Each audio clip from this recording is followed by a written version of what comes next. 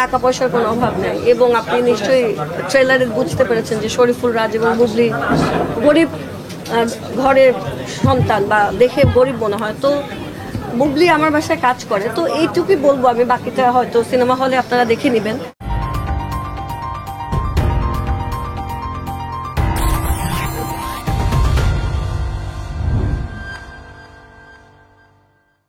সিনেমাটার সাথে আমি আসলে অনেক পরে যুক্ত হয়েছি। এই সিনেমার একটা লট শুটিং হয়ে যাওয়ার পর পরের বছর আরেকটা লট শুটিং হয়।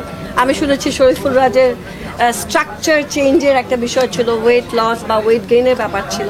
তো পরবর্তীতে এসে যখন আমাকে মিশুক মনি অ্যাপ্রোচ করলেন যে ওনার চলচ্চিত্রে উনি আমাকে কাস্ট করতে চায়, তারপরে আমি তার সাথে কথা বললাম, কারণ এটা তার প্রথম চলচ্চিত্র এবং সে খুবই ইয়াং, আপনারা দেখবেন।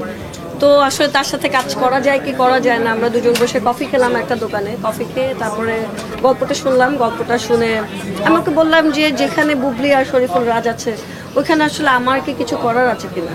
তো সে আমাকে বললেন যে অবশ্যই আপু কিছু করার আছে, তা না হয়তো আপনার কাছে আসতাম না। অ্যান্ড সেই ওনার বলার সাথে ওনার কাজের অনেস্টিটা ছিল।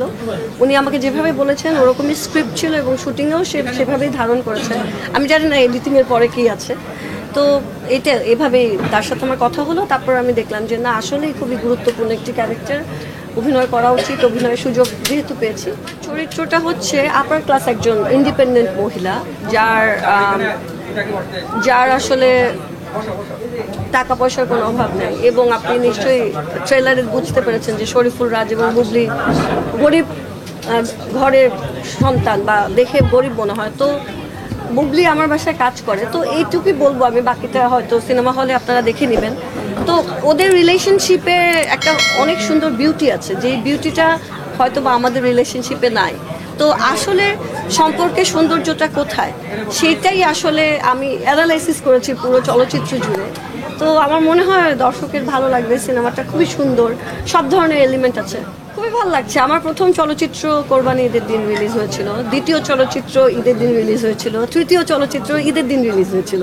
ঈদের চলচ্চিত্র রিলিজ হওয়া মানে চলচ্চিত্র হিট। আমাদের দেশে হলের সংখ্যা কম, কারণ একটা হলে সিনেমার টিকিট বিক্রি করে যে টাকা পাওয়া যায় তার থেকে বেশি বিল্ডিংয়ে মানুষকে থাকতে দিয়ে, বাসা ভাড়া দিয়ে বা মার্কেট বানিয়ে বেশি টাকা ইনকাম করা যায়। এই জন্য আমাদের হল কমে গিয়েছিল। কিন্তু এই যে 15টা চলচ্চিত্র আসছে, তার মানে তো হল মালিকরা আবার আশ্বস্ত হচ্ছে। এবং আমি বলবো এটার পেছনে অনেক বড় কারণ হয়তো বা বিদেশি সিনেমা বাংলাদেশে আসা। যেহেতু বিদেশি সিনেমা 12 মাস বাংলাদেশে আসে এবং দর্শক যে কোনো ছুটিতে বা উইকেন্ডে গিয়ে সিনেমা হলে সিনেমা দেখে, তো সিনেমা হল মালিকরাও এখন অনুপ্রাণিত হয়েছে তাদের সিনেমা হল ওপেন রাখতে এবং অনেকগুলো সিনেপ্লেক্স হচ্ছে, স্ক্রিন ভালো। আমার তো মনে আছে আমি এবং কাজী মারুফ একবার রংপুরে গিয়েছিলাম সিনেমা হল ওপেন করতে। তো ওখানে মোটামুটি এই হোটেলের যে চাদর বিছায়, সাদা চাদর, ওটা দিয়ে দড়ি দিয়ে বেঁধে স্ক্রিনিং করা হয়েছিল এবং মানুষ মাটিতে বসে সিনেমা দেখছিল। তো মানুষ, কিন্তু বাংলাদেশের মানুষ সিনেমা খুবই ভালোবাসে। এত কষ্ট করেও সবাই সিনেমা দেখতো, বা গার্মেন্টসে কাজ শেষ করে যে টাকাটা, টিফিনের টাকা বাঁচিয়ে সিনেমা দেখতে যেত। সো বাংলাদেশের মানুষ সিনেমা পছন্দ করে। হল বন্ধ হয়ে গেছে মানে অনেকের জীবনে দুঃখ নেমে এসেছিল, কিন্তু এখন এই 15টা সিনেমা রিলিজ হচ্ছে মানে হচ্ছে আমরা আবার আমাদের সিনেমার জয় জয়কারের দিকে, মানে আমাদের সিনেমার জয়ের দিকে এগুচ্ছি।